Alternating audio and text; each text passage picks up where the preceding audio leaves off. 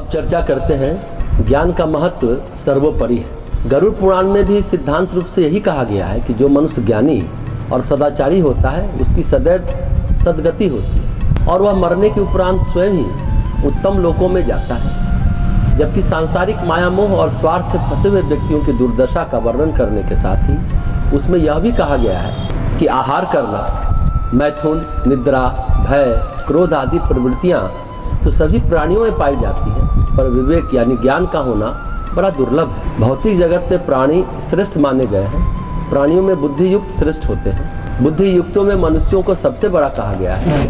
मनुष्यों में ब्राह्मण उत्तम होता है। ब्राह्मणों में सभी विद्वान प्रशंसा के योग्य होते हैं। विद्वानों में कृत बुद्धि यानी व्यवहारिक बुद्धि वाला और कृत बुद्धि में भी तदानुसार आचरण करने वाला और उसमें भी ब्रह्मवादी श्रेष्ठ होते हैं। गरुड़ पुराण में आगे वर्णित है मानव देह में नाभि से ऊपर मस्तिष्क तक जो 8 छिद्र है, संत पुण्यात्मा लोगों की आत्मा इन्हीं मार्गों से निकलकर ऊर्ध्व गति को प्राप्त करती है, पर जो लोग इसके विपरीत होते हैं उनके प्राण नाभि के नीचे के छिद्र से निकला करते हैं और उसे निकृष्ट गति प्राप्त होती है।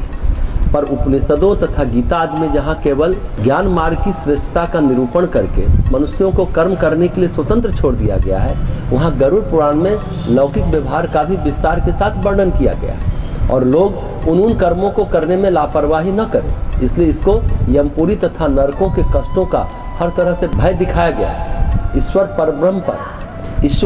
परब्रह्म एक विधि व्यवस्था के अंतर्गत काम करने वाली सत्ता का नाम है। उसके हाथ तंत्र को बिगाड़ने या अस्त व्यस्त करने वाला कोई अपवाद नहीं घट सकता।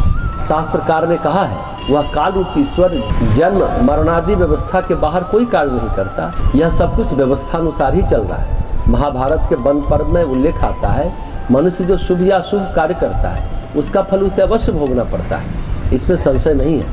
शिव पुराण में भी ऋषि कहते हैं अपना किया हुआ कर्म सभी को अवश्य ही भोगना पड़ता है। इसलिए ऐसा कोई भी प्राणी नहीं है जो यमराज के लोक को नहीं जाता है। शुभ अशुभ कर्मों का निर्णय वहाँ पर ही होता है। रामायण के अयोध्या कांड में देवगुरु बृहस्पति देवराज इंद्र को भगवान की कर्म मर्यादा का बोध कराते हुए कहते हैं, हे भाई, दुनिया में कोई किसी को न दुख देने में समर्थ है न सुख देने में। सभी व्यक्ति अपने किए कर्मों का ही फल भोगते हैं। ऐसे अनेकानेक प्रसंग है जिन्हें दृष्टिगत रखकर शास्त्रकारों ने कर्म की गति बड़ी गहन बताई है और गहना कर्मणों गति कहकर इसकी जटिलता की ओर संकेत किया है। वेद और उपनिषद आदि में मरणोपरांत पितृयान और देवयान 2 विभिन्न मार्गों की चर्चा की गई और अध्यात्मवादियों ने भी मरने के बाद जीवात्मा के कुछ समय तक चंद्रमा तथा सूक्ष्म लोक एस्ट्रल वर्ल्ड में रहने की संभावना को स्वीकार किया है। इसलिए हम गरुड़ पुराण के नरकों के वर्णन को सर्वथा अग्राह्य नहीं कह सकते। ज्ञान शब्द है जानने से। ज्ञान का सही मतलब है जानना। जानने के भी कई अर्थ हैं। सूचना है, सूचना का मिलना, ज्ञान सूचना भी है और ज्ञान अनुभूति भी है। इंद्रियां भी हमें सूचना देती है। सामने पुस्तक रखी है उसको पढ़ते हैं तो जानने को हम ज्ञान कहते हैं, लेकिन जान लेने से क्या हम सचमुच में जान गए? जानने का अर्थ है समझना। सामने आग जल रही है, हम ये जान गए कि आग जल रही है। इंद्रियों ने हमें सूचना दे दी या मन ने हमें कुछ अच्छे बुरे स्वप्न दिखा दिए तो हम जान गए। जानने के बाद समझना क्या चीज़ है? जो इंद्रियां बताती है वो क्या है? इंद्रियों की भाषा को, इंद्रियों की सूचना को, सुने हुए को, देखे हुए को, छुए हुए को मन समझने का प्रयास करता है। और मन कितना समझ पाता है ये मन की समझदारी पर।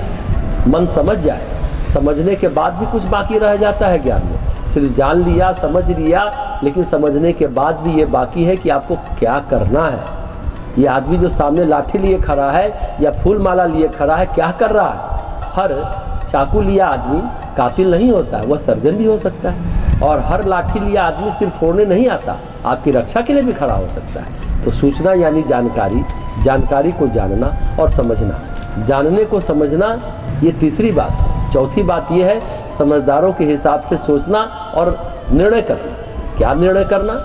जो आपने समझा है, जाना है, पहली बात कितना जाना और कितना समझा, सूचना कितनी पक्की है और यह सूचना जो पक्की है उसमें आपका क्या कर्तव्य है। समझा और किस तरह से समझा, उसमें आपने कुछ अपनी ओर से मिलाया, कुछ आपकी भावनाएं, कुछ आपकी बुद्धि, कुछ आपकी सोच, कुछ आपके पूर्वाग्रह, कुछ हो सकता है आपका दुराग्रह भी हो। फिर आपने क्या सोचा, क्या निर्णय लिया? हो सकता है आप कुछ नहीं करेंगे, निर्णय है कि नहीं कुछ करेंगे।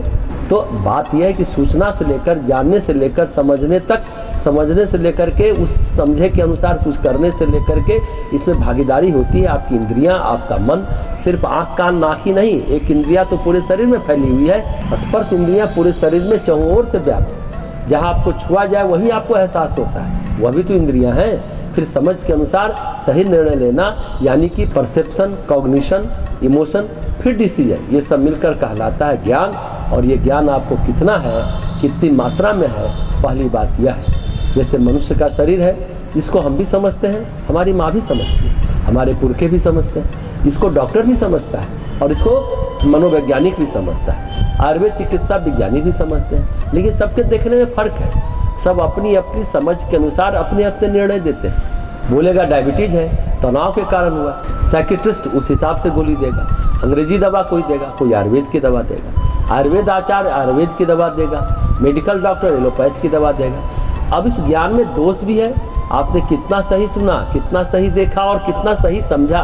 तो ज्ञान में आपकी भ्रांति भी पिरोई हुई है। ज्ञान है तो कितना सही ज्ञान है, और जो सही ज्ञान है और जो भ्रांतिपूर्ण है उसका क्या करेंगे। तो ज्ञान भ्रांति मुक्त हो, इंस्ट्रूमेंट का भी एरर हो सकता है, आपके माइंड का भी एरर हो सकता है, भ्रांति नहीं रह जाए। इसलिए पतंजलि कहते हैं ऋतम भरा प्रज्ञा, ऋतम भरा तत्र प्रज्ञा। उस समय योगी की बुद्धि ऋतम भरा होती है, यानी भ्रांति मुक्त होती है। सूत्र है पतंजलि का पहले अध्याय का 48वां श्लोक, यानी कि ज्ञान हुआ, कितना सही कितना गलत, लेकिन ज्ञान है और ज्ञान के अनुसार आपका निर्णय एकदम सही है। और जिसका निर्णय एकदम सही होता है, जानकारी सही होना, समझ सही होना, निर्णय सही होना, ये सारी चीज़ें भ्रम मुक्त है। तो आप जब सटीक निर्णय करते हैं, ये आपकी बड़ी विभूति है, ये बड़ी बात है। इसलिए ज्ञान का महत्व सर्वोपरि है। तो इसे जानकारी भी मिलना आसान नहीं है। उदाहरण के लिए कुछ जानकारी का आधार अनुभव होता है और कुछ का आधार विश्वास होता है। भगवत गीता के 5वें अध्याय का 15वां श्लोक एवं 18वां श्लोक, सर्वव्यापी परमात्मा भी न किसी के पाप को और न किसी के शुभ कर्म को ही ग्रहण करता है। 18वां श्लोक में भगवान कहते हैं कि सर्वव्यापी परमात्मा भी न किसी के पाप कर्म को और न किसी के शुभ कर्म को ही ग्रहण करता है, किंतु अज्ञान के द्वारा ज्ञान ढका हुआ, उसी से सब अज्ञानी मनुष्य मोहित हो रहे हैं, यानी कि भ्रांति हर चीज में है। फिर अगले श्लोक में कहते हैं लेकिन जिसका ज्ञान परमात्मा के तत्व ज्ञान द्वारा नष्ट हो जाता है, उसका वह ज्ञान सूर्य के सदृश उस सच्चिदानंद घन परमात्मा को प्रकाशित कर देता है। ये ज्ञान के श्लोक है।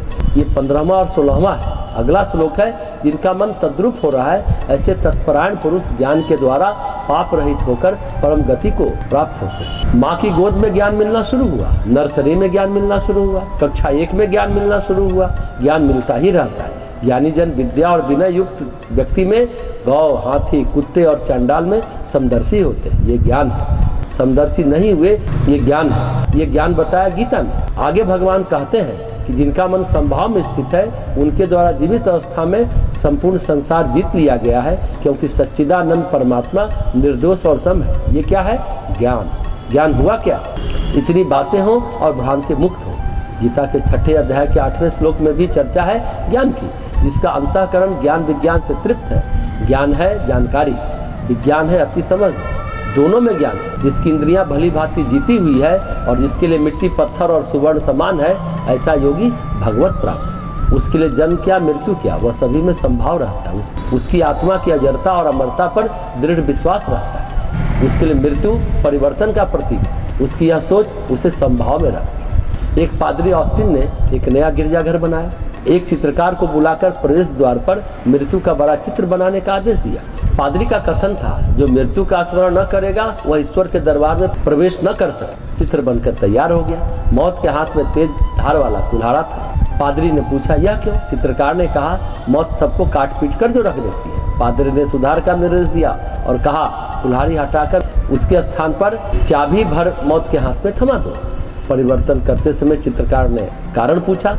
ऑस्टिन ने कहा, मृत्यु किसी को नष्ट नहीं करती, मृत्यु का एक उपयोगी द्वार भर खोलती है। वह मृत्यु को भी स्वप्न का एक अंश मानकर स्थिर रहता है। स्वप्न आते हैं जाते हैं, उसके लिए क्या रोना क्या हंसना। अगर मनुष्य ने उसे अच्छी तरह समझ लिया तो उसे मृत्यु भी स्वप्न की तरह लगेगी और वह जीवन और मृत्यु दोनों में स्थिर रहेगा। एक किसान का इकलौता बेटा मर गया। पत्नी समेत घर के सब लोग रोए, पर किसान गुमसुम बैठा रहा। उससे पत्थर जैसा निष्ठुर कहा गया। तब किसान ने रात का सपना सुना। नींद की गोद में जाते हुए राजा बन गया। धूमधाम से विवाह हुआ, रानी के साथ सुखपूर्वक समय बीता और 7 राजकुमार उत्पन्न हुए। इतना दृश्य देखते देखते नींद खुल गई। किसान राजपाट, रनिवास और राजकुमारों के हाथ से चले जाने के कारण दुखित हो रहा था। इस एक बेटे के चले जाने की बात तो तुच्छ थी। लोगों ने समझा कि वह तो सपना मात्र था। किसान ने कहा कि मैं कैसे मानूं, क्या यह वर्तमान घटना भी स्वप्न नहीं है? तो ज्ञान का एक रूप यह भी है। वास्तव में ज्ञान का आरंभ माँ की गोद से होता है। ज्ञान का विकास पाठशाला से होता है। ज्ञान की और विकसित अवस्था आपकी गहरी समझ से होती है। जब आप अपनी इंद्रियों को, मन को मांझ लेते हैं, वह पूरी तरह धुल जाता है। जैसे शीशा साफ न हो तो चेहरा साफ नहीं दिखता, शीशा साफ हो तो आईना में चेहरा साफ दिखता। तो ज्ञान के लिए आपका मन साफ होना चाहिए। हर व्यक्ति आइंस्टीन नहीं होता, हर व्यक्ति शंकराचार्य नहीं होता। भगवान अर्जुन को कहते हैं कि मैं तुमको ज्ञान ही कहूँगा। ज्ञान साधारण बात नहीं है। तेरे लिए इस विज्ञान को जानकर इस संसार में कुछ जानने योग्य नहीं रह जाता। ऐसा विज्ञान जिसको जानने पर कुछ शेष न रहे। आगे के श्लोक में ज्ञान की महिमा बार बार बताई गई। ज्ञान पैदा होते होते बहुत जन्म लगते हैं। ज्ञान में मन का मैल, चित्त का मैल एक जन्म में शुद्ध नहीं होता। ज्ञान वो जो भ्रांति रहित हो, और ज्ञान जो ये न बताए कि तुम्हारे पास क्या है। ज्ञान ये बताए तुम क्या हो, जीव और ब्रह्म का संबंध क्या है। जीव क्या है? भगवान का अंश है। फिर ये सिर फुटअव्वल की जरूरत कहाँ है? लेकिन ये सिर फुटअव्वल चल रहा है, भ्रांति चल रही है। इसलिए माथापच्ची चल रही है कि अंदर भ्रांति घुस गई। ज्ञान परिदृश्य का, ज्ञान परिस्थिति का, ज्ञान घटनाक्रमों का, और ज्ञान आपकी उस संपदा का जिसमें अच्छे बुरे संस्कारों का ज्ञान है। कहते हैं ज्ञान पाने के लिए शिक्षक से पढ़ते हैं। शिक्षक के पास जो ज्ञान है, विद्या है, वो बताते हैं। हम ज्ञानी जनों के पास जाते हैं क्योंकि हर मनुष्य के पास ज्ञान पूरा नहीं है। और पूरा ज्ञान हो जाए तो भगवान कहते हैं कि ज्ञान तो मैं ही हूँ। तो ज्ञानी पूरा हो गया, वो समझिए भगवान हो गया। गीता के 14 अध्याय का भी एक श्लोक है ज्ञान के बारे में। ज्ञानों में भी जो उत्तम ज्ञान है, उस परम ज्ञान को मैं फिर से कहूँगा, जिसको जानकर सब मुनिजन इस संसार से मुक्त होकर परम सिद्धि को प्राप्त हो गए। अंत में अर्जुन कहते हैं कि हमको ज्ञान हो गया। क्या ज्ञान हो गया? अर्जुन कहते हे अच्युत, आपकी कृपा से मेरी भ्रांति खत्म हुई, मेरा मोह खत्म हुआ, मैंने स्मृति प्राप्त कर ली है। अब मैं संशय रहित होकर स्थित हूँ, अतः आपकी आज्ञा का पालन करूँगा। फिर संजय क्या कहते हैं? व्यास की कृपा से मैंने भी ये बातें सुन ली, भगवान की बातें, मुझे भी वो दृष्टि मिली। जो कहा उन्होंने मैंने सुना, समझा कि नहीं समझा मुझे नहीं मालूम, लेकिन संजय की अनुभूति और अर्जुन की अनुभूति में फर्क है। व्यास जी की कृपा से दिव्य दृष्टि मिली। मैंने इस परम गोपनीय योग को अर्जुन के प्रति कहते हुए स्वयं योगेश्वर भगवान श्री कृष्ण से प्रत्यक्ष सुना। और जो सुना महाराज, जो बातें हमें समझ में आई, अगले श्लोक में है, हे राजन, भगवान श्री कृष्ण और अर्जुन के इस रहस्य युक्त कल्याणकारी और अद्भुत संवाद को पुनः स्मरण करके मैं बार बार हर्षित हो रहा हूँ। ये संजय अपनी बातें कह रहे हैं। तो जो बातें होती हैं, और ज्ञान की बात ऐसी भी हो सकती है जो हमारी नींद उड़ा दे, हमें विकल्प बेचैन कर दे। अगर कोई ये कह दे कि कल आपके यहाँ कुछ घटना होने वाली है, तो कल क्या होगा पता नहीं, पर आज रात की नींद और चैन उड़ जाएगा। लेकिन संजय कहते हैं ऐसा ज्ञान मिला जिसका स्मरण कर सोच कर हम पुलकित हो जाते हैं। आगे के श्लोक में कहते हैं, मैंने भगवान के विलक्षण स्वरूप को देखा, मैं उसका स्मरण करके बहुत आश्चर्य में हूँ और बार बार हर्षित हो रहा हूँ। ये हो गई जानकारी जिसका संजय बार बार स्मरण कर रहे हैं। 2 लोगों ने सुना, कहा कृष्ण ने। अर्जुन ने अपना निष्कर्ष दिया कि प्रभु मेरा संदेह नष्ट हुआ, मेरा मोह नष्ट हुआ और मुझे स्मृति प्राप्त हुई। आप नारायण हैं और मैं नर हूँ, मैं आपकी बात मान लेता हूँ। और संजय क्या निर्णय सुना? उनको क्या समझ में आया? उन्हें समझ में आया जो अगले श्लोक में कहते, हे राजन, जहाँ योगेश्वर भगवान श्री कृष्ण है, जहाँ गांडीव धनुषधारी अर्जुन है, वहीं पर श्री है, वहीं पर विजय है, वहीं पर विभूति है, वहीं पर अचल नीति है। ऐसा मेरा मत है। मेरे को ये समझ में आ गया। सुना किसने? अर्जुन ने। और संजय ने देखा और सुना, लेकिन सिर्फ सुना धृतराष्ट्र ने, सिर्फ सुना। धृतराष्ट्र को कुछ भी समझ में नहीं आया। तो सुने हुए को समझ लेना सबके वश की बात नहीं होती। जितना मन भ्रांति मुक्त होगा, जितना मन का मैल साफ होगा, उतना समझ में आएगा। अर्जुन ने क्या कहा? नष्टो मोह, पहले मोह नष्ट हो, स्मृति लब्धा, स्मृति प्राप्त हो, संदेह मुक्त हो, संशय न रहे, तो ही ज्ञान पक्का है। आपने जो सुनाया दिखाया, उससे मेरा मन साफ हो गया है। और संजय कहते हैं, मेरे को समझ में आया कि जब मैं उस दृश्य को देखता हूँ तो बड़ा पुलकित होता हूँ।